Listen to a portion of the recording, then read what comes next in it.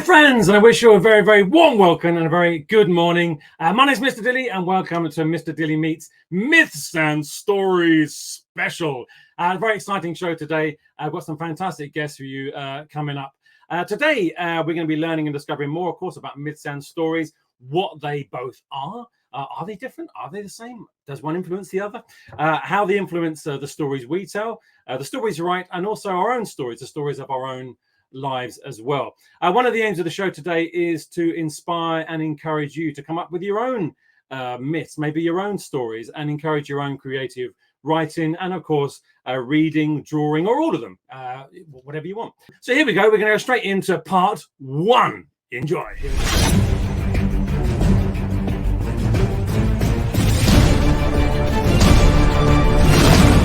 Now, before we delve a little bit deeper into myth and stories and what they are, it's time to welcome all my guests. So let's say hello to and welcome, first of all, Ashley Thorpe. Ashley Thorpe, round of applause for Ashley Thorpe. Fantastic. We have Tamsin Mori, round of applause for Tamsin Mori. We have Ash Bond, round of applause for Ash Bond. And last but not least, we have Lucy Strange. Round of applause for Lucy Strange. So give everyone a big shout all at once. We'll do a big hello to all the kids in a big wave. Ready? 1, 2, 3, go. Hi. Fantastic stuff. So listen, wonderful to have you all with us today on this Myths and Stories special. Now, just a minute, Tag, just to explain to you, it's pretty simple, and to explain to all the children watching. Tag is a bit like, obviously, when you do sports day, you do like a relay race and one links onto the next. So what we're going to do is we're going to start with Ashley, then go to Tamsin, then go to Lucy, then go to Ash.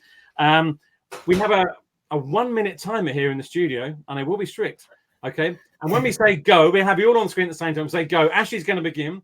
So what we do is we do for a minute, Ashley, and this will be the same for all of you. When we get towards the end, I'll give you a 3, 2, 1, and you have to then stop. And then Tamsin, you pick off straight away, and then same thing, Lucy, same thing, Ash. Now, are we ready? Do you need to do any warm-ups? Are you all feeling pretty good to go. Good to go. Ashley's straight in. Let's give each other a bit of round of applause because we won't be applauding again till after Ash. Give each other a bit of encouragement. Okay, here we go. Okay, Ash. Okay, are you ready? You have 1 minute starting now to speak about the boy. I haven't actually got the proper book here, but I've got this one here. Let's hold it up, shall we? Let's get each of the books up. Awesome. The boy to beat the gods, starting now. Off you go. My story is inspired by the incredible pantheon of Yoruba deities called the Orishas. But in this world, the gods are all-powerful, fearsome beings who terrorize the land in which our hero lives. Coyote is an 11-year-old lowly goat herder who dreams of eating the fruit of the gods in order to gain their power and defend his people. His quest ignites when one of these fruits mysteriously ends up in his path after the Orishas have come to his village and taken his younger sister away. But even with his newfound powers, Coyote's journey will be a perilous one. Allied with a shape-shifting trickster god, a vengeful warrior princess, and a bumbling, incredibly boastful fisher boy, Coyote must take on the Orishas one by one. But the powers of the fruit won't last forever, and each god they faced is more powerful than the last. 4, 3, 2, 1, Tamsin, go! Here we go, Tamsin, go. This is my book, Gargoyles. The heart of the story is that magic isn't good or bad. It just multiplies the dream to feed it. There are some places in the world which are richer in magic than others, and I know that you felt them, that sense of the hair standing up on the back of your neck or a sudden shiver. We're all capable of telling where there's magic around, but they can be quite dangerous places. Imagine all your best wishes and all your worst ones can be conjured into reality. Luckily, gargoyles tend to gather around these places. Gargoyles, their whole purpose is to protect us from the very worst things that we might imagine into the world. Callan, who's the main character in the story, moves into his father's childhood home. He's not sure what to expect, and he's a bit overwhelmed when he arrives and discovers that the place they're moving into is a crumbling, creepy old mansion. He had no idea this was where his dad had grown up. Dad is full of secrets. And Callan... 3, 2, 1. Round of applause, Tamsin and Lucy, and go. There we go. Very stressful. Okay. Hello. This is great. This is my new my new book coming out in June, coming out in 1 month, at the beginning of June, The River Spirit. And it is a Barrington Stoke book, which means that it is very short. It's like a delicious little reading snack. And they are super dyslexia friendly. They're just wonderful for anyone, actually. They're just beautiful books, Barrington Stoke books. But they're particularly good for people who haven't quite hopped on board the reading train yet, because they're so easy to get into, and we kind of whisk you away on these adventures. Now, this particular book is a kind of a chimney sweep fairy tale about a boy called Tom Waterman, and it is loosely based on a true story, a real chimney sweep called George Brewster. And there's a little bit of influence from Charles Kingsley's book, The Water Babies, which is an old story that you 3, 2, Well. 1. Go, and Ash, off we go. 1, 2, 3, go. Here we go. Okay. This is Peregrine, Quinn, and the Cosmic Realm. It was out last Thursday. You might have seen it everywhere, hopefully. So we meet Peregrine and her godfather Daedalus as they are trying to break in to the Bodleian Library in Oxford. But don't worry, they have a very, very good reason, because the portals between the Cosmic Realm and the Terran Realm, which is here, have broken down. And the only one who can fix them is Daedalus, which is fine, except that something happens to Daedalus in the first few pages, but you have to read it to find out what happens to Daedalus. So now it's up to Peregrine to fix the portals, to find Daedalus and stop an ancient chaos goddess from coming out into the world and destroying both realms. But don't worry, she's got some friends. She's got her new friend Rowan, who's a dryad librarian, and her new friend Telemachus Thorne. 3, 2, 1.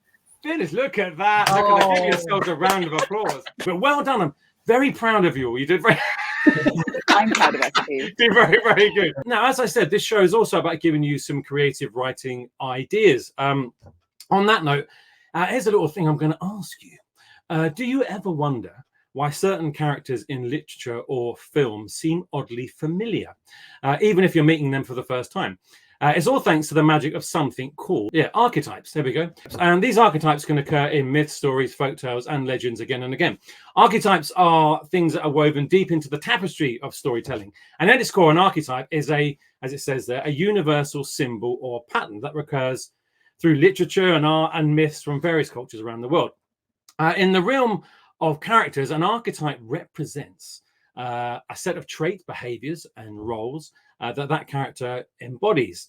They might have different names, backgrounds, or challenges, but their fundamental nature remains consistent, and they represent shared universal human experiences, feelings, and experiences, things we all feel, that echo with readers and viewers on a deep kind of instinctive level, I guess, inside of us. I'm going to show you a few here. There are quite a lot of them.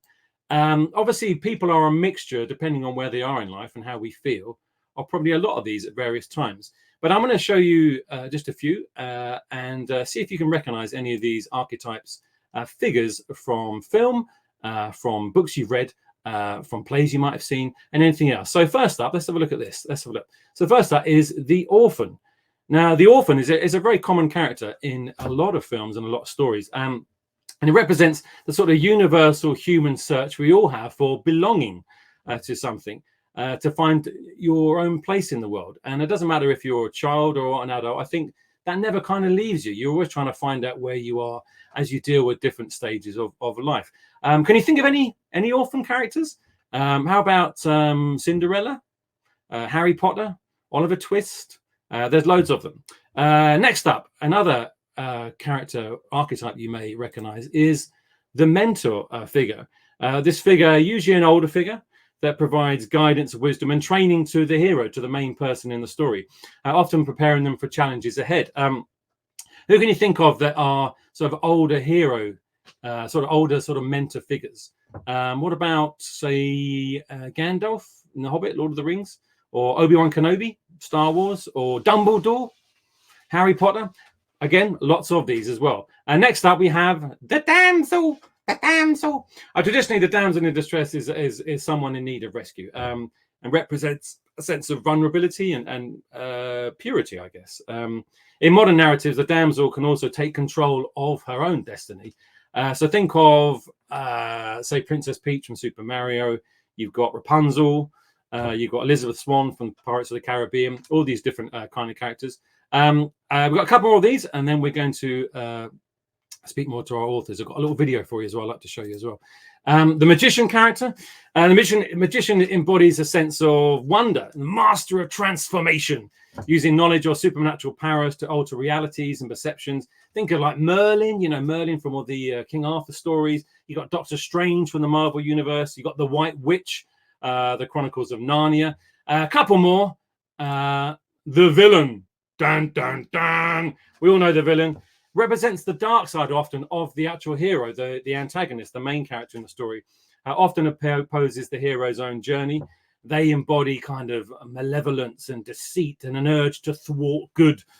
We all know many villains from stories and myths, and probably all have a favorite, but obviously some of mine would probably be Sauron, Lord of the Rings, Voldemort, of course, Count Olaf from a series of unfortunate events.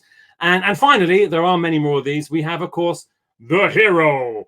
The hero is often the main character of a story and represents courage, determination, and moral righteousness. Think King Arthur, Luke Skywalker, Harry Potter again. Now, all these archetypes can be powerful tools in storytelling, provide a foundation on which to build more complex and memorable characters. So they're just sort of foundations. One such archetype we just mentioned is the hero. And all my guests today have a hero at the center of their stories, someone we root for. And that hero figure can be found all the way from ancient Greek myths and way before that to modern stories and modern blockbusters. I want to just play you this short video. This was kindly permission given to us by a guy called Matthew Winkler, who goes around the world speaking about heroes. And then after that, we'll be having our authors back to kind of comment on this video, but also to ask them some of your questions and some of our questions about myths and stories. So this is about the hero's journey. It's about 4 minutes. It's an animation. It's really, really good. There's a little bit when the guy in it, the hero in it, sort of, kills a monster, bit of blood, but it's animation, so it's fine. Here we go. What do Harry Potter, Katniss Everdeen, and Frodo all have in common with the heroes of ancient myths? What if I told you they are all variants of the same hero? Do you believe that? Joseph Campbell did. He studied myths from all over the world and published a book called The Hero with a Thousand Faces, retelling dozens of stories and explaining how each represents the monomyth, or hero's journey. So, what is the hero's journey? Think of it as a cycle. The journey begins and ends in the hero's ordinary world, but the quest passes through an unfamiliar, special world. Along the way, there are some key events. Think about your favorite book or movie. Does it follow this pattern? Status quo, that's where we start. 1 o'clock, call to adventure. The hero receives a mysterious message, an invitation, a challenge. 2 o'clock, assistance. The hero needs some help, probably from someone older, wiser. 3 o'clock, departure. The hero crosses the threshold from his normal, safe home and enters the special world and adventure. We're not in Kansas anymore. 4 o'clock, trials. Being a hero is hard work. Our hero solves a riddle, slays a monster, escapes from a trap. 5 o'clock, approach. It's time to face the biggest ordeal, the hero's worst fear. 6 o'clock, crisis. This is the hero's darkest hour. He faces death and possibly even dies, only to be reborn. 7 o'clock, treasure. As a result, the hero claims some treasure, special recognition, or power. 8 o'clock, result. This can vary between stories. Do the monsters bow down before the hero, or do they chase him as he flees from the special world? 9 o'clock, return. After all that adventure, the hero returns to his ordinary world. 10 o'clock, new life. This quest has changed the hero. He has outgrown his old life. 11 o'clock, resolution. All the tangled plot lines get straightened out. 12 o'clock, status quo, but upgraded to a new level. Nothing is quite the same once you're a hero. Many popular books and movies follow this ancient formula pretty closely. But let's see how well The Hunger Games fits the hero's journey template. When does Katniss Everdeen hear a call to adventure that gets the story moving? When her sister's name is called from the lottery? How about assistance? Is anyone going to help her on her adventure? Hey, Mitch. What about departure? Does she leave her ordinary world? She gets on a train to the capital. Okay, so you get the idea. What do you have in common with Harry Potter, Katniss Everdeen, and Frodo? Well, you're human, just like them. The hero's journey myth exists in all human cultures and keeps getting updated because we humans reflect on our world through symbolic stories of our own lives. You leave your comfort zone, have an experience that transforms you, and then you recover and do it again. You don't literally slay dragons or fight Voldemort, but you face problems just as scary. Joseph Campbell said, "In the cave you fear to enter lies the treasure you seek." What is the symbolic cave you fear to enter? Auditions for the school play? Baseball tryouts? Love? Watch for this formula in books, movies, and TV shows you come across. You will certainly see it again, but also be sensitive to it in your own life. Listen for your call to adventure. Accept the challenge. Conquer your fear and claim the treasure you seek. And then do it all over again. Wonderful. Thanks for Matthew Winkler to letting us to show that. But obviously, effective use of things like the hero's journey requires much more than just mere sort of surface level kind of application to something. And I don't know about you, but I've certainly read it, but also certainly seen in terms of films where they've taken that and kind of made a real mess of it.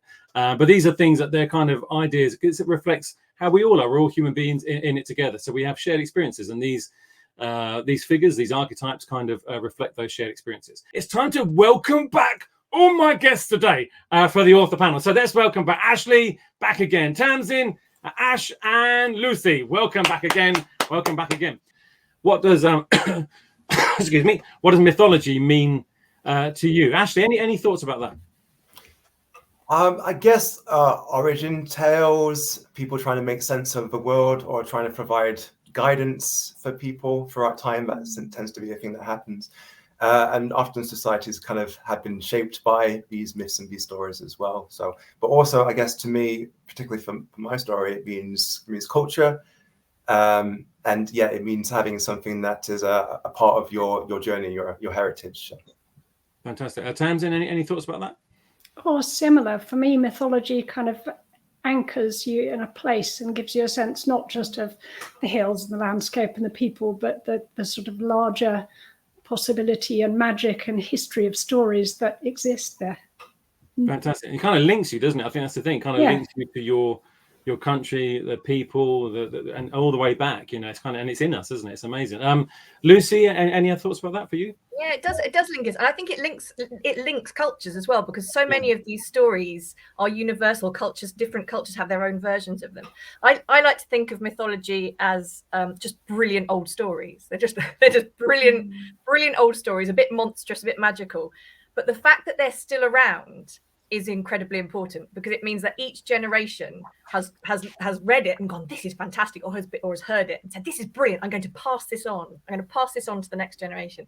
And that shows us that, you know, there's something in it, isn't there? There must be something in these old stories. The fact they're still around, there's something in them that connects with us. Ash, any thoughts from you about that? I completely agree with Lucy as well. Like this idea that there's a resonant truth, that these stories have been told and then they've been retold over time. But also I agree with Tamsin and Ashley that there is a touch of the sacred about these stories, usually, I think, that separates them from the stories that we might tell each other in the playground. When you first started writing to getting things published, you know, has mythology influenced your writing kind of process from that moment right up until the books you're currently publishing now, in that sense? Ashley, any thoughts on that? The simple answer is just yes, it has, definitely, because I've always been a mythology buff ever since I was a child, really. And in that video, we kind of touched upon kind of archetypes, and I'd say the quest story is one that has fascinated me since I was younger. And yeah, a lot of my middle grade writing and and as such, a lot of my writing as a child was around these wild adventures with these core hero or heroes, and that's continued to kind of feed the kind of adventures that I write. Fantastic. Tamsin? Definitely. When I started with the Weather Weaver series, it was very much grounded in the mythology that I'd grown up with, which was Shetland. There's lots of myths and legends that are very specific to Shetland. I mean, they've got universal elements to them as well, but it was that mythology and those stories that I'd been told lots of different times when I was small that really fed my imagination. I found it also really exciting that you can hear the same story from different people and it'll be slightly different each time, but the heart of it is still the same. It means so much to us, and it becomes part of your being and everything. Lucy? Yeah, definitely. Although my story, I would say my stories they're not fantasy. They're not set in a fantasy or mythological world. So my stories are very much set in the real world. What I like to do then is to add in this supernatural mythical ingredient, and so that we get this lovely kind of tension between the real world and this magical the magical happenings as well, which gives us that lovely kind of goosebumpy, shivery, is it really happening kind of a feeling. But I think I often think of stories as being a bit like a sort of a witch's brew. So you're kind of adding in all these different ingredients until you get something magic happening. And for me, adding in that little bit of mythology is often what makes the magic happen. Absolutely. And finally, Ash, for this question. I love that witch's brew. I know, it's great. Okay. Cool. Yeah. Steal that. Yeah, I think stories in mythology are pretty much how I make sense of the world. I think ever since I was a little girl. Yeah, I mean, I study myth for my PhD at the moment. I teach myth at Bristol University, and so I think it makes a beautiful kind of sense that would ripple through everything that I write. And I've tried occasionally to write something else, but it always comes back. Yeah. So, Klippas, Church of England Primary School, Liverpool. What is your favourite myth or legend, if you have one? Or legend? I should have thought about this before I came on. Now, really, I'm going to go for. I love the whole Trojan War arc, so I'm going to say the Trojan War period. A nice light myth. Yeah. Tamsin, let's go. Tamsin, let's go. Oh, my favourite myth is the Selkies, so shapeshifters who can exist in two different worlds. Yeah. Good, Lucy. Yeah, I'm very drawn to the mythical beings that are sort of part of nature or symbolic of a part of nature. So in this one, we've got the sort of a water spirit, but particularly also the Minotaur, who features in my previous Barrington Stoke, but the Storm and the Minotaur. And I'm really interested in monsters or characters that we perceive to be monsters and actually looking at the other side of them or seeing them in a more vulnerable way. I was really interested in the fact that the Minotaur, when the Minotaur was originally imprisoned in the labyrinth, that he was a child. And if we start thinking of him in that way, then he becomes a victim of the story too. So yeah, that was the flip side. Yeah. And Ash? Yeah, I would agree. I think there's something really special about hearing a story retold, so you can hear the other side of it. To choose a favorite myth is very, very difficult, but I think, I mean, transformation stories. So I'm a big fan of its metamorphoses. So the stories of transformation that I'm always interested in in the women in those stories. St Paul's Catholic Primary School in Durham. What inspired you to write this particular story? I suppose we can answer that bit when we come to speaking to you individually, I think, possibly. But how did your personal experiences or beliefs influence the themes and characters in your book? I'll answer it quite short and snappy way, hopefully, which is I think one of the most important beliefs that I have in life is that I think I try and be curious. I suppose I really, really try and be curious in everything that I do. So I try and have a lot of adventures. I'm quite low-key adventures often, but I do try and be curious and open doors and sort of ask questions that maybe I'm not supposed to. And really that was at the heart of the story, the importance of curiosity and the bravery that it takes to ask a question that maybe is a bit uncomfortable, or to say things that maybe shouldn't be said, or some other people think shouldn't be said out loud in certain situations. Fantastic. Okay, Lucy. So I think so. The River Spirit is part of a trilogy. So 3 books I've done for Barrington Stoke that are all about child labour in the Victorian period. So we've got The Mermaid in the Mill Pond, which is about a girl working in a cotton mill. The Storm and the Minotaur is about a little boy working in a coal mine. And then the new one, The River Spirit, which is about chimney sweeps.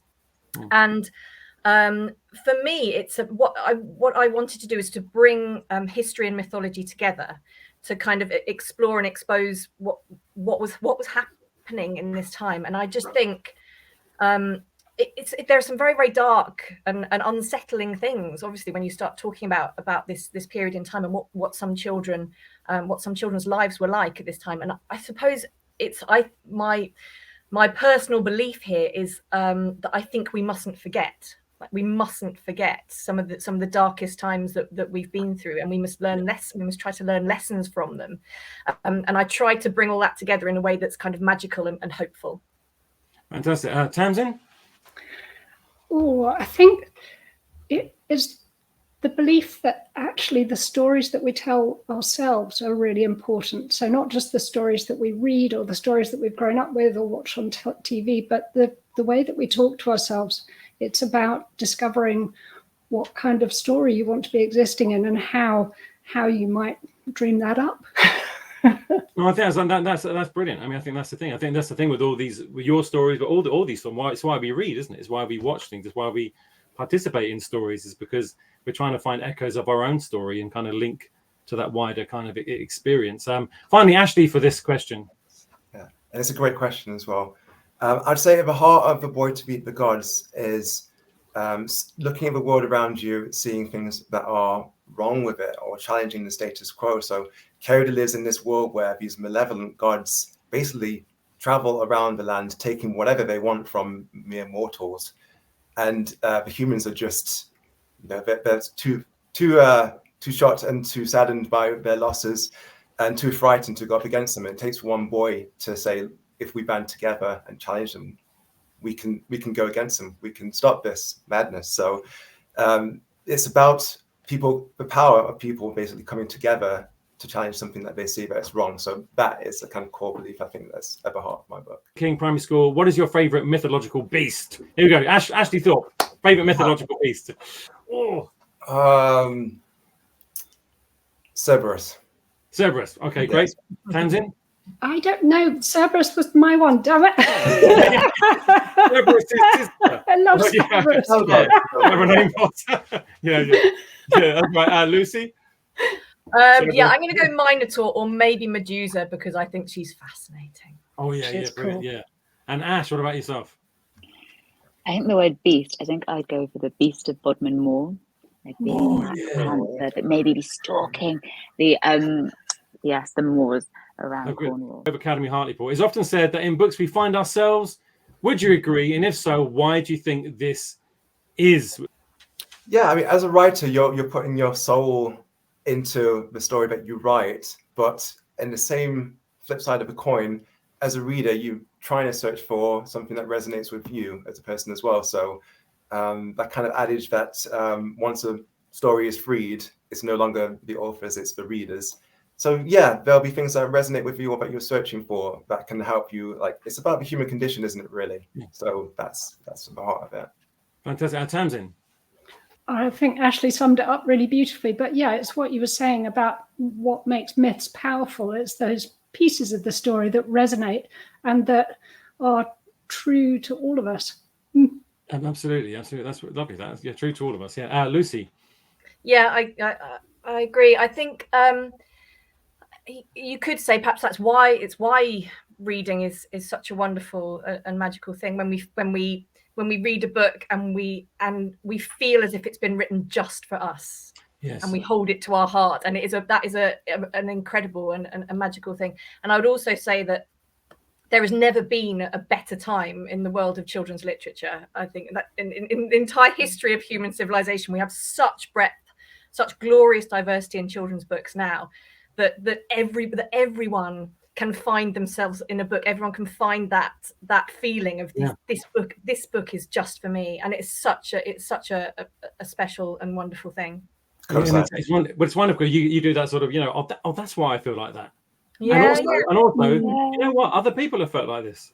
Yeah. Like a lot of other people for thousands of years have felt like this. And I think that's kind of what's wonderful about it. Finally, Ash, over to yourself.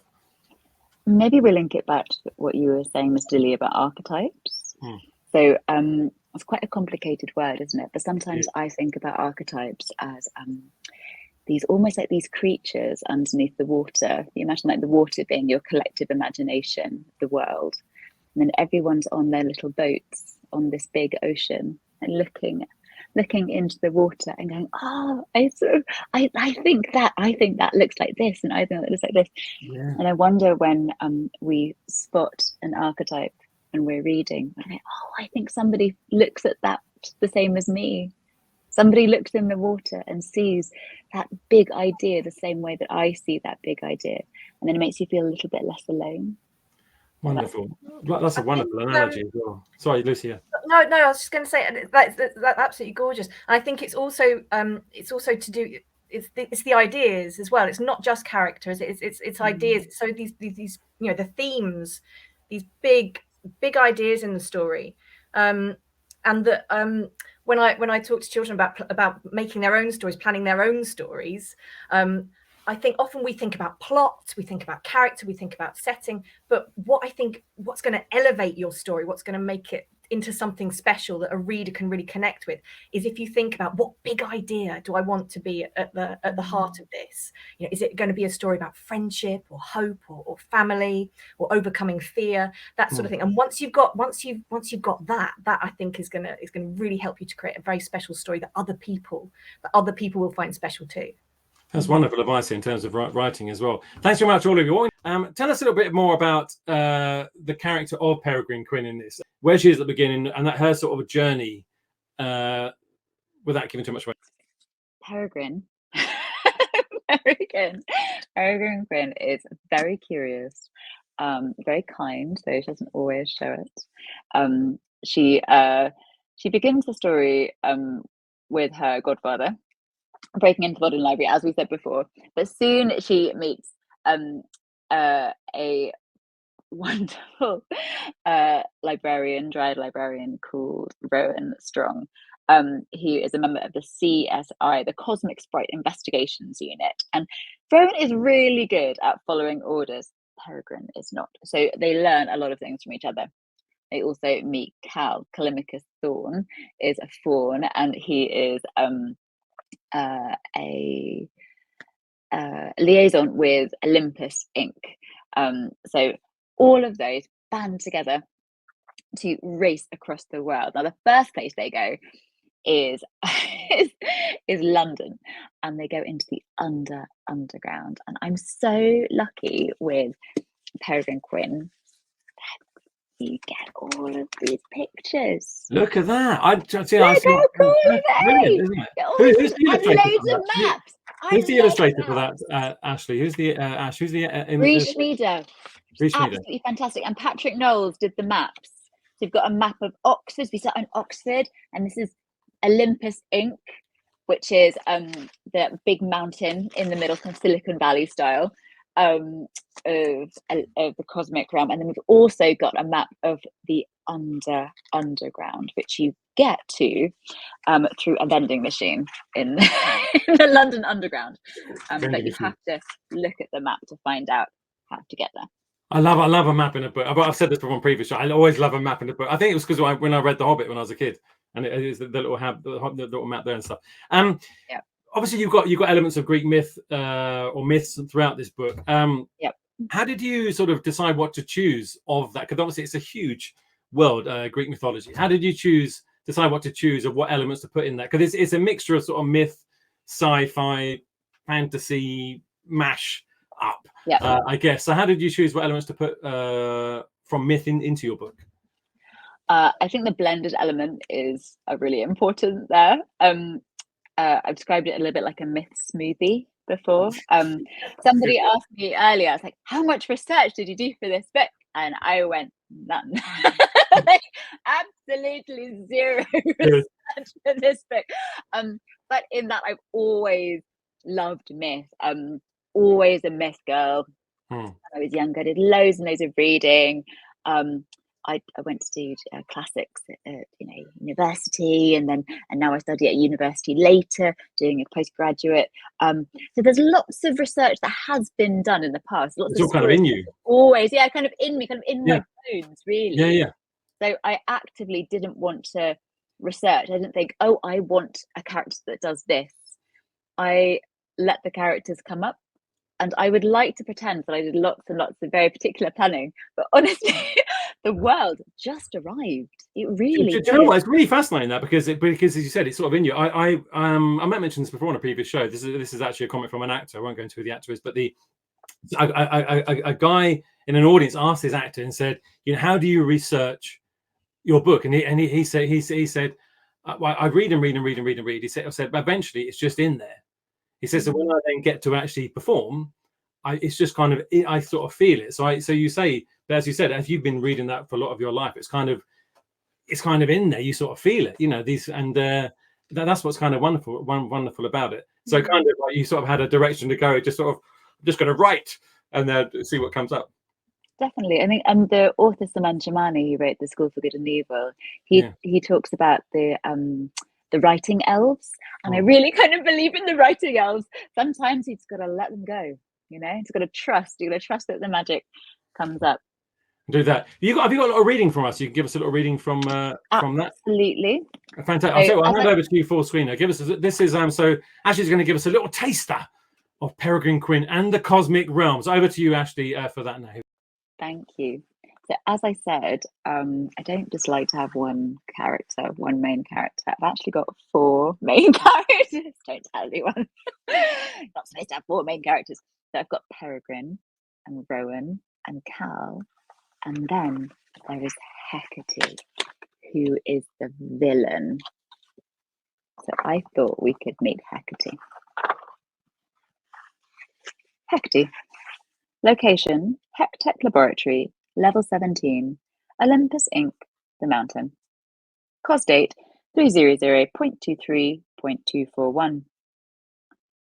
The end of Hecate's nose quivered as she sniffed the potion. She detected notes of rattlesnake, pufferfish, and an undertone of rotting knotweed. All excellent. Her nose was telling her that there was something not quite right, though, and she trusted her nose. Hecate's nose was small, pointy, and slightly upturned. It was also excellent at its job. Many credited Hecate's hyper-functioning potion-sniffing nose with her nomination for Grand Architect. Others, less flatteringly, put her success down to her hexing most of her competitors with mollypox. Both theories, as it turned out, were correct. Pungent green spirals curled their way into the nymph's nostrils. I smell... She sniffed the vial again. I smell... The corners of her mouth twitched. Failure. Bang! The rock goblin who was assisting her dropped his clipboard on the ground. But I followed the instructions, he stammered as he scrambled to pick up the pieces of paper which crumpled and tore in his thick, gravelly fingers. How much porcupine spine did you add? Hecate asked as she shook the vial and peered into the murky liquid. The rock goblin, who was called Hemlock, examined his list with shaking hands, knowing that, unfortunately, there would be no right answer. 2.5 centimeters, just as it says here. Idiot! Hecate screeched. She snatched the clipboard and scratched out the line, which clearly stated 2.5 centimeters of porcupine spine, stirred twice. You have clearly taken the spine from the shoulder of the porcupine. It should be taken from the buttocks. The buttocks! Hemlock stared at her, then picked a piece of gravel out of his nose. Thank you very much. That's fantastic. So that's a little taster there of Peregrine Quinn in the Cosmic Realm. We've got a whole Cosmic Realm to explore, so there's loads in there. So Ash, we could obviously with all the guests we speak all day, loads of questions, but we could. Ash is going to come back. She's very excited about the myth quiz coming up later on. You excited? It's all in there. You see, a little bit scared, to be honest. I know. All in my bones. It's all in your bones. So goodbye. Round of applause and goodbye now. Thank you very much, Ash Bond. So thanks very much. I'll speak to you later on. Thank you very much. Bye bye. let's welcome to Mr Dilly Meets for a bit more of a kind of in-depth look at her book. It's Tamsin Mori. Hello, Tamsin, again. Welcome back again. Hello. Hello. So fantastic. So your book, I do have your book. So Gargoyles. I love the cover. Guardians of the Source. Before we just talk about the book, I think most people are probably familiar with what a gargoyle is. I do have a picture up here, just to sort of those who sort of not familiar what an actual, if I can find it, a gargoyle is. So here we are. So you'll be familiar with gargoyles. So these are these sort of stone sculptures on a lot of sort of old medieval buildings, but sort of churches and stuff like that. You've probably seen kind of around. What do they sort of symbolize, gargoyles, sort of on these buildings? They're protectors. So when I first started spotting them, it was because I was writing the Weather Weaver, and the best way to get inspiration was to go outside and look up. Because there's that's great advice. Yeah, that is true. Yeah. Great deal of weather magic in those ones. But then quite often I discovered that when I was looking up, there were creatures looking back at me. All these sort of strange beasties, and they're all over the place. Once you start spotting them, you see them everywhere. A lot of them look pretty fearsome, monstrous. They've got horrible faces. But when I started doing a little bit of research about them, I discovered that the reason they're that terrifying looking is so that they can scare away worse things. They exist to protect us. Well, which is amazing, because I never really thought of that, but obviously that's why they're there, and there's so many different types, isn't there? When you look at different buildings across the world. So your book, Gargoyles, Guardians of the Source. So tell us a little bit more about the main character, Callan, and then the gargoyle in this book, and their kind of, there's three questions there really, and their relationship, I guess. So it's about Callan, the gargoyle, and without giving too much of the plot away, their kind of relationship in the book. So I hand over to you for that. Oh, this is going to be tricky to do without too many spoilers. So Callan certainly is the hero of the story, but he's a reluctant hero. So at the very start of the story, he's not happy to have moved house. His parents decided that they were going to move without really giving him much warning, and certainly without discussing it with him. And when he arrives at the new place, it's creepy. The place they're moving to is very falling down, lots of crumbling stonework and these horrible looking creatures perched all over it. So he's not happy to be there. I would describe him as a reluctant hero. In fact, before I tell you any more about the gargoyle, I might read you a little section from it, if that's okay. I'm going to take you to the first night that Callan spends in this new house. He's been given a bedroom on the top floor, which is the worst place to have a bedroom, because there's gargoyles all around the parapet on the top floor. So there's one right outside his bedroom, which makes going to sleep not at all easy. He's definitely got the creeps when he's trying to go to bed. He does eventually manage to go to sleep, but he's woken in the middle of the night, and that's where we'll join him. Callan wasn't sure what had woken him, but now he was wide awake, his heart racing. An owl hooted outside, and he let out a shaky breath.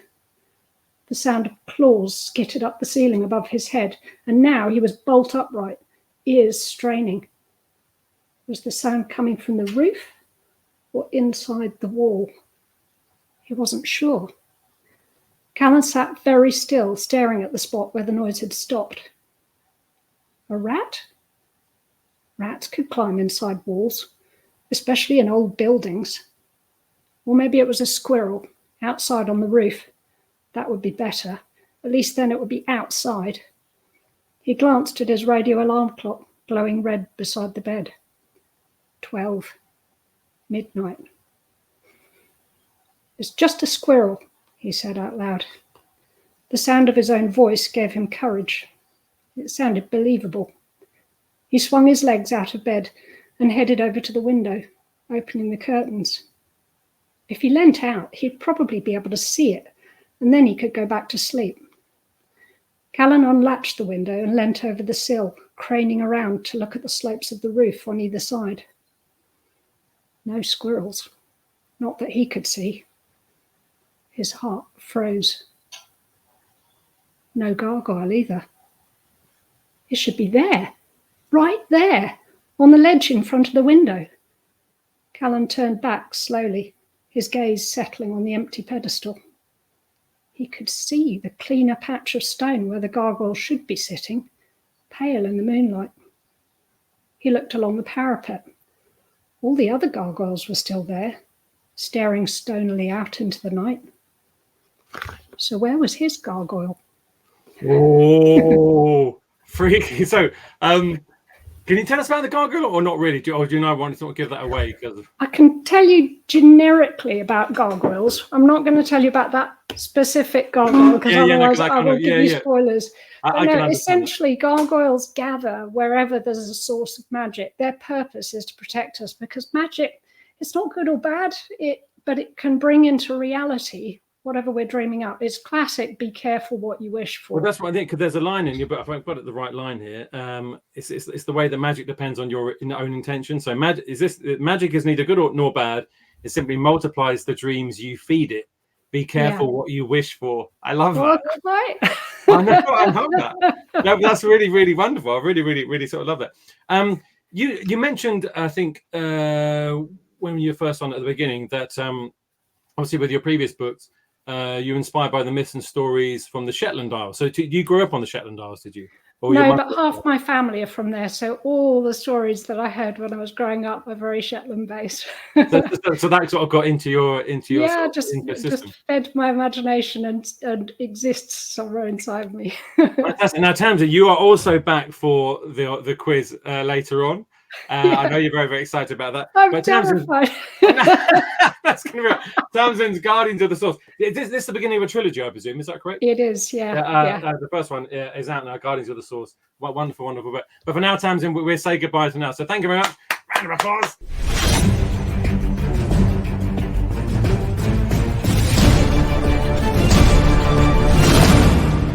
But now we have another guest, of course, coming up.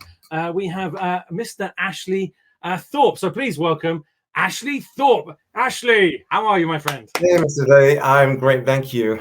Fantastic, man. So I hope you're enjoying. It must be quite interesting listening to other authors talk about their sort of inspiration. It really is. Obviously, mythology is thousands of years old, and it's just so interesting how different writers get to different points and interpret things in such very different ways. So it's really exciting. And what I love about your book is you've obviously gone for the West African mythological figures, which I haven't sort of heard of before. The Orishas, yes. The Orishas. What you're seeing here is the 7 core Orishas. These also do feature in my book. It's actually said that there are 400 plus 1, and what that means is that there are numerous. So I don't know why it's 400, not 500, 600, but the plus 1 basically is a shorthand way of saying there are numerous of them. So there are Orishas for everything, like different types of weather, different types of human condition, like love and war, and all of these different things. So I'm only focusing on, I think, 8 in my book of them in total. So how come you sort of, is this part of your own heritage, or just something that you kind of came up upon? How did you start with this particular brand of mythology? Obviously, I'm culturally British, but I'm a member of the African diaspora. So from West Africa, my ancestors, via the Caribbean, more ancestors, and eventually my granddad moved over in the 1960s to the UK. So I've tried to research everything about this heritage that has kind of been lost to me over time. And I was absolutely fascinated with the Orishas, which are Yoruba gods. Yoruba land is a part of what is now present-day Nigeria. And this pantheon of gods, like I've obviously studied the Greek mythology and the Norse gods as well. And I was absolutely fascinated that there's this pantheon of incredible beings, and they're not dissimilar to a lot of the Greek and Roman gods as well that we see. So I thought I need to write about these beings at some point, and then the story idea kind of came upon, and it just went from there really. So tell us the character in the story. Tell us a bit more about the Orishas. Would you say? Because I know we're sort of reading about them myself. So they're not all necessarily bad. In the actual source mythology, they're just like human beings, so they're flawed. They're flawed beings, and there's some good and there's some bad. But in my story, the twist is that they've kind of lost their way over the eons, that they're meant to be guiding human beings. That's what they're originally placed on Earth to do, and they've turned on them. So they've become malevolent beings and power-hungry beings. So it's up to Coyote and his friends and the wider villages that make up this land that he lives in to eventually take them on. And can you tell us a little bit more about a Coyote? Tell us about him and his kind of, without sort of again giving too much away, his starting place in the book, and kind of like how he kind of, we sort of saw it in that bit of the the hero's journey kind of film, sort of that, that movement from where he is at to sort of going off to have to start this kind of quest and stuff. Can you tell us a little bit more about that? Absolutely. So at the very start of the book, Coyote is just a lowly goat herd working in the plains looking after goats. He's not necessarily a very a member of the village that people look on fondly. It's quite mischievous, and he's trying always to get the fruit of the gods, which is in the great baobab tree that exists on the periphery of his village, basically. So all of the elders are fed up with him trying to disobey them and take the fruit to get powers, but he wants to change his position, and he wants to change the world that he lives in. So he sees all of the pain that's been inflicted over time across the land that he lives in, but he wants to change that. And for him, his call to adventure, or call to the quest, is when the Orishas come back after 7 years to his village. And among the people they take is his younger sister. And that's when he says, no more, I need to do something about it. A fruit mysteriously ends up in his path, and it's up to him to decide whether to take it or not. He decides that he's going to eat it, and he gets Orisha powers, essentially, to take them on. Fantastic, fantastic. Can you give us a little reading from the book and just give us a little taster of that? So this is over to Ashley now to give us a little reading from The Boy to Beat the Gods. Here we go. Over to you, Ashley. So yeah, we have basically the opening section of the story, really. So this will give you a sense of place and hopefully Coyote's place within it as well. So this chapter opens, it's called The Great Baobab Tree. At the farthest end of the village, before the Sia River that split the land, a lone baobab tree stood. The tree was older than any village and as tall as any clouds. Its fruit never fell from the branches and was said to have nourished the fearsome Orishas in their infancy. Coyote's focus was on the ripe brown fruit on these far branches, rather than the mischievous goats he was meant to be tending. The village elders had made it abundantly clear that the fruit was forbidden and belonged to the Orishas alone. In fact, they tried to drum it into him every time he was caught climbing the great tree. But Coyote's dream of eating the fruit and becoming godlike himself had never faded. Apart from 5 other young goat herds, there was hardly a soul in the plains surrounding the great tree. The sun had scorched the earth, and the wilting grass thirstily awaited the next rains. This meant that there was no long grass for a disobedient boy to hide in. It was lucky for Coyote, then, that the tree's guardian, Elder Moyo, was sound asleep in its shade. Coyote stared at the hefty rainstick in the crook of the elder's arm and felt a bead of sweat roll down his neck. His bottom was still sore from the last time he'd attempted to climb a tree, but met Moyo's wrath instead. Nonetheless, he pointed the hand that wasn't shaking up towards the treetop. "Sisters and brothers, what day is today?" Coyote asked of anyone who would listen. "Today is time you kept a close watch over your herd on the ground instead of in his branches in the sky," called Akufo, a herder who was much closer to being a man than he was. "Unless you're just that eager to feel the rainstick whack your backside again. If Elder Moyo ever wakes up," another of the goat herders laughed, "perhaps it's your lucky day after all, baby Coyote." Coyote would have scowled at being called a baby had he not mistakenly taken the words as encouragement. "Today is the day I taste the fruit of the gods," he said determinedly. Ignoring the laughter and head shaking that followed, Coyote puffed out his chest like a dwarf frog and strode towards the great tree. There we go. The boy to beat the gods. Ashley. So Ashley, we're going to say goodbye now. We're going to get Lucy on, and then we're all back for our quiz. But for now, thank you very much. Ashley Thorpe. Thank you very much, Ashley. Thank you. Here we go. So we're going to jump straight from Ashley. Welcome back, Lucy. And then it's quiz time, and then the draw along as well. So here we go. Let's welcome back Lucy Strange. Hello, Lucy, again. Hello. This is so lovely. I want to read everyone else's book immediately. It's fascinating, isn't it? Well, it's what we all said in the chat earlier. It's fascinating all the different ways people approach all these different subjects and stories. It's amazing. So Lucy, The River Spirit is not actually out yet. It's out. When is it actually coming out? It's out 6th of June, so in just a month. In a month's time. You spoke about it a little bit earlier on in this kind of trilogy with Barrington Stoke, who are, as you said, a wonderful, wonderful publisher. You also mentioned about the link between putting these in real life situations, and you set this sort of, if you like, this trilogy in sort of Industrial Revolution, Victorian times, which a lot of the children watching have either probably studied or read about, or will be kind of going into about. Why did you choose that particular era? What does that kind of mean to you? And what's the kind of thing that the main character is doing in this story? So I hand over to two parts of that question. I hand over to you to just talk about that a little bit. Yeah, so as I mentioned before, this is set in Victorian England. There were all stories that are in the 19th century, and it is a time when children worked, when most children worked, when it was really, really only the children from the most wealthy families, and then probably only boys, I'm sorry to say, who had access to an education. And I think it's such an interesting time for us to look at when things were so different. And actually, I know 150 years or 200 years feels like a long time ago, but in the scheme of human existence, it's really nothing at all. It's a drop in the ocean. It's a handful of generations. And it was a normal thing. For many children, they only went to school for perhaps a matter of weeks until they had their ABC, they could write their own name, and then that was pretty much it. For a lot of children, it was off into the world of work, and many of these young lives were difficult, were unhappy, and many of them ended much too soon.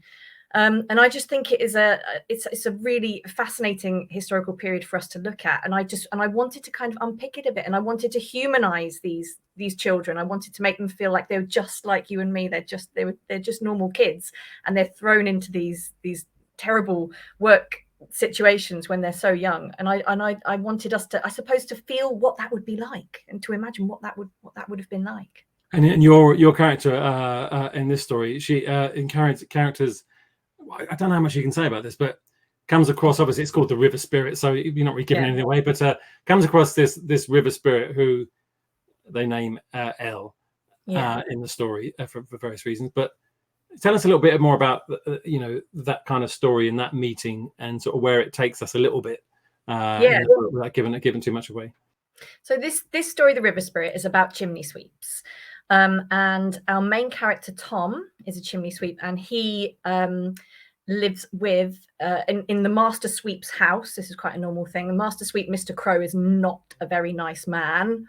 So Tom and Bert and Squirrel, they're the three chimney sweeps who work for Mr. Crow. In this story, we get to experience a little bit of what it would have been like to be a chimney sweep during this time, and what happened, and some of the things that they had to do, and what it was like to do that. And they come across, I'm going to do the reading in a minute, actually. They meet this mysterious river spirit, a character called Elle. And the names are actually, I mentioned Charles Kingsley's Water Babies earlier on. So that's a sort of a fairy tale as well. It's one that hasn't dated particularly well, but there are some ideas in it that I thought were quite magical. And I've taken the character names Tom and Ellie from the Water Babies, and I've used them in this story. So we have Tom and Elle in this story. Excuse me, little tickle there. I also mentioned George Brewster. So he has become quite famous in terms of the history of this time. So his is a very sad story. He died stuck in a chimney at the age of 12, having been asked to do a job that was impossible, he shouldn't have been asked to do. And it's a terribly sad story. But from it, his death is now seen as a turning point in history, because from that people became much more aware of child labor. There were changes in the law, and it wasn't long after that actually that all children were legally given access to education. So that's an important, a very important. Yeah, of course, absolutely. It's amazing. I didn't know that. That's amazing. I read about them researching your book, but it's an amazing thing, and that was a turning point for that, which a much necessary turning point. You said you got a little reading for us. Can we hand over to you for a little? Yeah. This is Lucy from reading of the forthcoming The River Spirits. I hand over to you, Lucy, for that. Thank you. So I'm going to read to you the bit when they first meet Elle, when they first meet the river spirit. And a little advance warning, there is some quite nasty, threatening behaviour from Mr. Crow here, because he is, I'm afraid, a very nasty, threatening character. They've all been taken down to the river to have their wash. They get washed once a week, so they're all having their wash in the river when this happens. Mr. Crow was angry. I could tell by his voice and the sweaty redness of his round face. "Get here now, boy," he went on. "I'm going to give you such a thrashing." Bert and Squirrel were waiting there on the bank beside Mr. Crow, looking damp and sulky.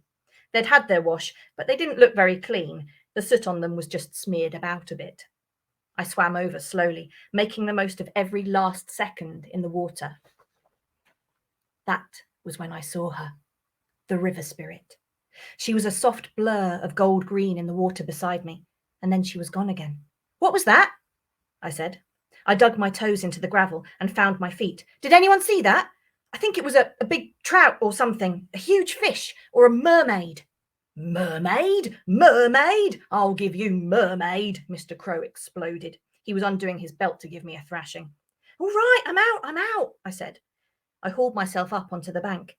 If I got dry fast, Mr. Crow might calm down and change his mind. I glanced back at the water. I was thinking about that gold-green blur and the cool current I'd felt swirling past me. "Mermaid indeed," Mr. Crow snarled. "I'll teach you to talk nonsense, and when Mrs. Crow tells you to do something, you do it. Understand, Tom Walters?" "It's Tom Waterman," I said. "Don't you answer me back," Mr. Crow yelled. "Come here and I'll give you a wallop." He was just a few feet away, lunging towards me and swinging his belt back to give me a good whack. And then she was there, on the riverbank. She was standing right there between me and Mr. Crow. "Hell's bells!" Mr. Crow yelled with fright, clutching at his chest. And that was how she got her name. L's L.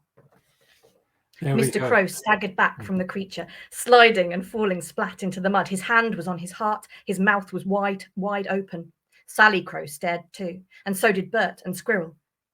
"Hello," I said. The creature turned around to face me. Elle wasn't a mermaid. I could tell that much. I'd seen pictures of mermaids, and she wasn't one of them. She had legs for a start. She was a girl, I suppose, or something like a girl. Her skin shone in the sunlight like a silvery rainbow, and her gold eyes were big, round, and unblinking, like the eyes of a fish. That's fantastic. So the River Spirit is out at the beginning of June. But listen, Lucy, stay there for a minute. We're going to. I tell you, we're going to remove. No, what we do is we're going to remove Lucy. We're going to pay the titles for our myth quiz, and then they're all going to magically appear, our authors, after the titles of the myth quiz. So get ready in your classes. The myth quiz is coming up. Here we go. Here we go.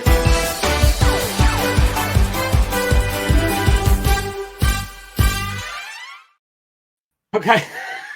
Here we all are. Look at that. I know. Incredible. Look at that. I know.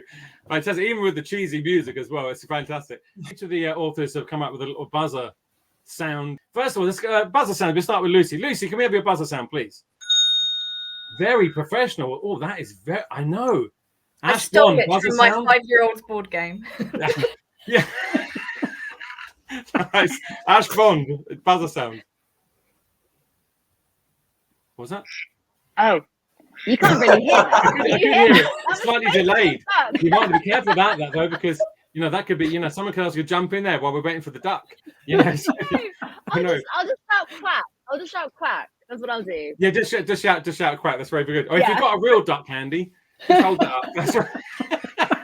Ashley Thorpe, what's your sound, please? Yahoo! Oh, very, very good. Fantastic. And Tamsin. Oh, look at that. Very, very good. Okay, and what's going to happen? How we're going to do it is that the questions are going to come on the screen. And I'm very strict about this. The question will come on the screen. You can't buzz in until I've finished speaking and reading through the question, okay? And if you do so, you'll be heavily penalized. So we're going to go for the first question first, and then obviously as soon as I've reached the end of the question, you can buzz in. If you have the wrong answer, of course, I then put it back to everyone else, and it's the first person to jump in with their sound. This is not going to be an exact science, let's face it. So we should be fine. Okay. Are we ready? So here we go. First question, children watching as well, for the Greek mythology quiz. Remember, you can't buzz in until I finish reading the question. This is quite an easy one to start with. Excuse me while I choke. Here we go. In Greek mythology, how many heads does Cerberus, the guard dog of the underworld, have? Oh, who was that? Was that you, Tamsin? No, that was Ashley. That was Ashley. Ashley, how many heads? 9. 9? That is. Cerberus, sorry, 3. Sorry, I was thinking of Hydra. Oh, now you've done it. You said no one gets that point. That's a 0th point. 3. You just randomly saying numbers. 3, 9, 6, 1. I was thinking of Hydra. Oh my God. The answer is, of course, and you didn't even give anyone a go. Is actually 3. 3 for that. So well done for that. So that gets us all warmed up. Okay. Here we go. So this is the next question. We're going to go to Norse mythology for the next question. Okay, here we go. Are we all ready? Okay. Okay, here we go. In Norse mythology, what is the name of the dwelling place of the Norse gods comparable to the Greek gods Mount Olympus? Quack, quack. Ashley Bond. Can't hear you. Hello? Can you hear Ashley? She said Valhalla. She said Valhalla. That is the incorrect answer. I think she said Valhalla. Did you say Valhalla? What? Anyone know the answer? That is the incorrect answer. Anyone know the answer? The answer is Asgard. Asgard. Okay, so sit on nil point for all. Nil point. Okay, here we go. Now we're over to the world of ancient Egyptian mythology for question 3. Okay, come on, team. I know you can do it. Here we go. Ancient Egyptian mythology. Can you tell me how many Egyptian gods and goddesses there were? Now, before you wait there, I'm going to go through all of you. It's the one who gets the closest to the actual number. Okay. It's going to get the point. So, how many Egyptian gods and goddesses there were? Lucy, what's your guess? Definitely 27. 27. Ash, what do you think? I can't hear you. No, I can't hear you. Your vocal, your mic's gone. So you can mime it. Write it on a bit of paper. Hold up fingers. Hold up fingers. Hold up fingers. 5? 15. 15.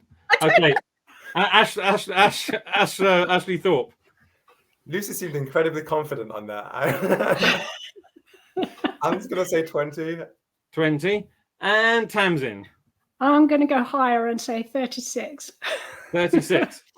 Now, interestingly, the correct answer is 2,000.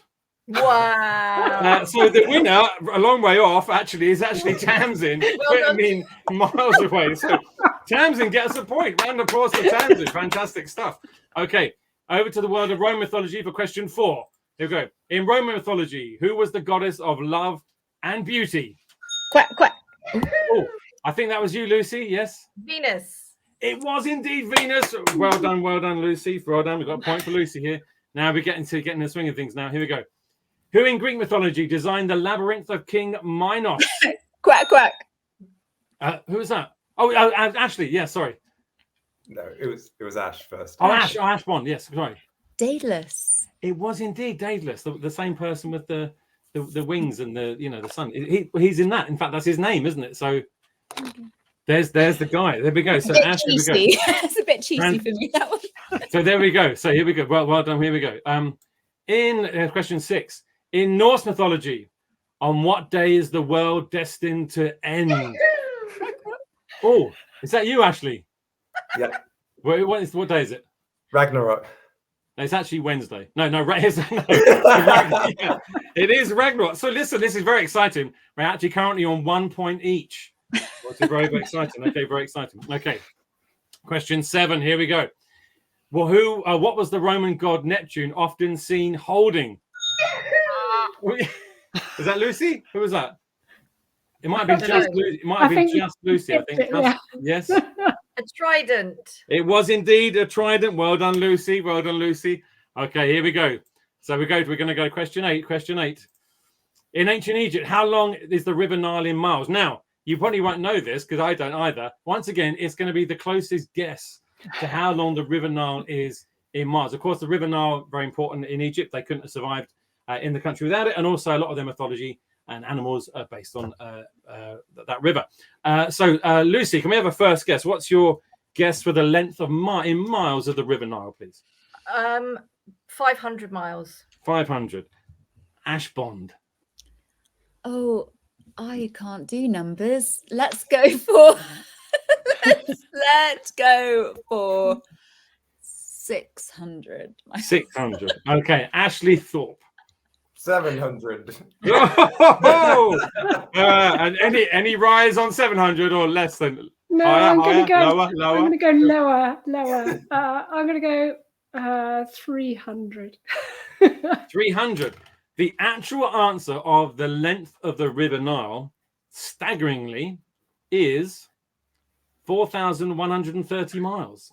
Okay. Very long river. So, Ashley, you actually were 700. Are the closest to that. You get a point. So, well done, Ashley. Very, very good. Well done. Okay, we have two more. We've got to do this. Two more. Here we go. So, here we go. In ancient Greek mythology, for what is Perseus most famous for? Quack, quack. Oh, I think that was probably Ashley Bond, was it? Or was it you, Tamsin? No, it was Ashley. Here we Thorpe, Ashley, yes. Or was it Ashley Bond?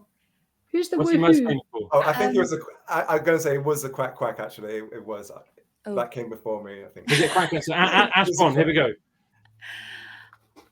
For saving Andromeda and for he cut the head off Medusa. I'll go for the second answer. Cutting the head off Medusa. Very, very good. And our final question of our quiz today. Okay, here we go. In Norse mythology, Odin was the god of war.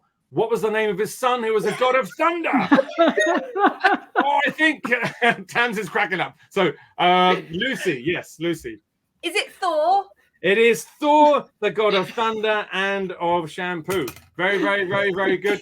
So give yourselves a big round of applause. And that is the end of our mythological quiz.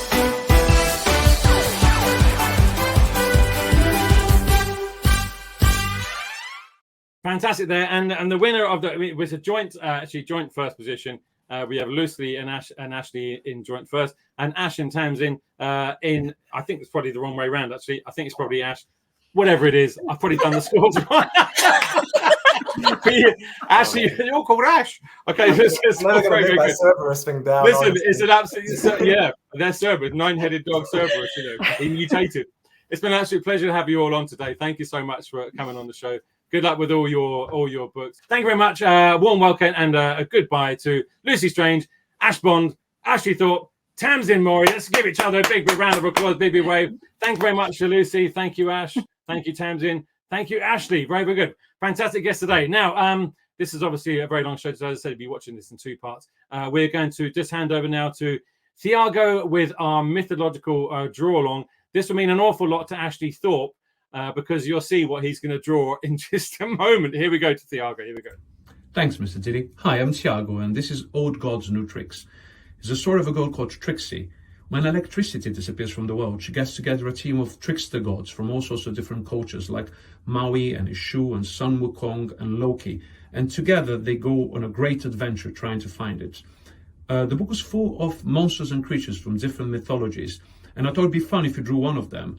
We're going to draw Cerberus. Cerberus is the guardian of Hades, which is the underworld of ancient Greek and Roman mythology. And he's a huge dog with 3 heads. He's very scary. But in the book, he's just hungry, so he doesn't really attack Trixie after she gives him some snacks. So I thought we'd draw a fun version of Cerberus together. Let's go. I'm going to start with the nose, and I'm going to make the nose just like this slightly flattened round shape. Then at the bottom, we're going to draw the mouth. And the mouth is just one big, slightly elongated semicircle. We want the mouth to be open, as if it's going to try to bite us or something. And at the bottom, you just draw another line like this. Now, he's a big scary dog, so he needs some fangs, and they're just triangles. So let's do big fangs at the top, really big fangs like this. And we can connect them with smaller teeth, and they're also little triangles. So I'm going to do 4, you can do however many you want. And the same at the bottom. Big fangs on either side, and then little spiky teeth connecting them. And then because he's got his mouth open so wide, we want to show a little bit of his tongue. So that's just like a little curved shape in the middle like this, behind the teeth. So we've got his mouth and his nose. Now we're going to draw the first head's shape. And to draw it, you just follow the line of the mouth, sideways like this, and do a little curve at the bottom. And you can do it on either side. on both sides. And then we're going to connect them with little kind of hairy bits for the chin. Now for the eyes, we're just going to do some semicircles on either side. So one on the left and one on the right. And then we're going to draw the pupils in the middle, one here and one there. But it still looks a little bit scared. It doesn't look scary. So we're going to draw these kind of angry lines on top of his eyes like this. And all of a sudden he looks a lot more scary. Maybe some eyebrows would help as well. So let's just do two spiky eyebrows. And I like drawing little lines on the eyebrows, so they look a bit extra hairy. Now he's a dog, so he's missing something. He's missing his ears. And I'm going to give him flumpy ears. So that's just one straight line and a little curve like that. And maybe we can draw the middle of the ear like a little black line. And same thing on the other side. So we've got the first head for our Cerberus. And now let's draw the body before we draw the other hands. And if he's pouncing, what we can do is draw two big paws coming at us. So it's just, you go up, then you go down like this with a simple shape. And then you can draw some claws coming out. So it's one paw, another paw, and we've got the two paws of our Cerberus, and you connect them back to where the body is going to be. So there's just two straight lines. And then we're going to do like a round body. Nobody says what type of dog Cerberus was. And I think, you know, I like to think it was a giant pug. This doesn't look like a pug, but I think it'd be quite funny if it was a pug. So we're going to draw the body, and then two legs at the back. Once again, he's kind of pouncing, so his legs are going to be kind of based, ready to jump. So we've got one leg, and then the other leg, doing three sort of toes in his feet, and doing some claws on his feet as well. Because he's a dog, maybe he has a little bit of hair here, and he's got like a little line for his tummy, which always makes dogs look a little bit more doggy. So we've got one head now, and the whole body. Let's start doing the other heads, and the other heads are going to be looking sideways.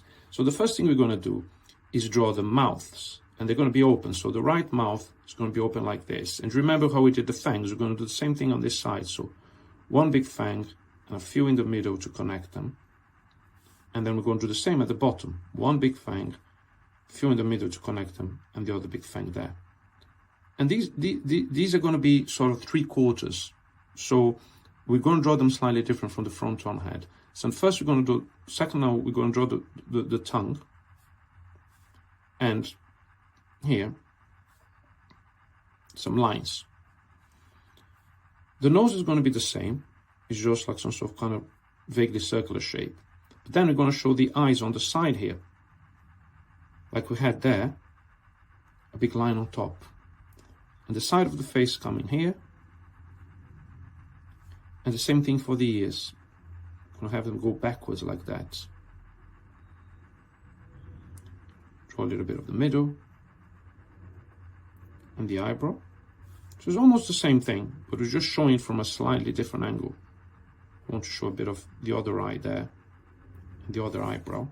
And then finish the kind of jaw there. And maybe show a little bit of the neck. So we've got the second head next to our first head. And finally, we're going to draw the third head. So we're going to do the same thing, but on the other side. So we're going to start with the shape of the mouth, which is open like that. The fangs. And then the fangs at the bottom. The big tongue. Then the lines that close the mouth, like that. Then we're going to have his nose. Continue doing exactly what you did on the other side, but sort of inverted. So the neck connects there. Then we're going to have his ear on the side, his eyebrow.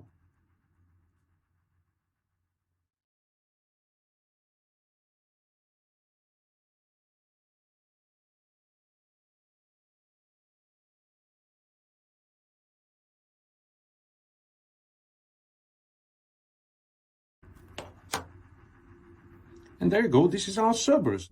I hope you enjoyed drawing our fun, silly Cerberus. Thanks a lot for watching. It's goodbye. Back to you, Mr. Dilly.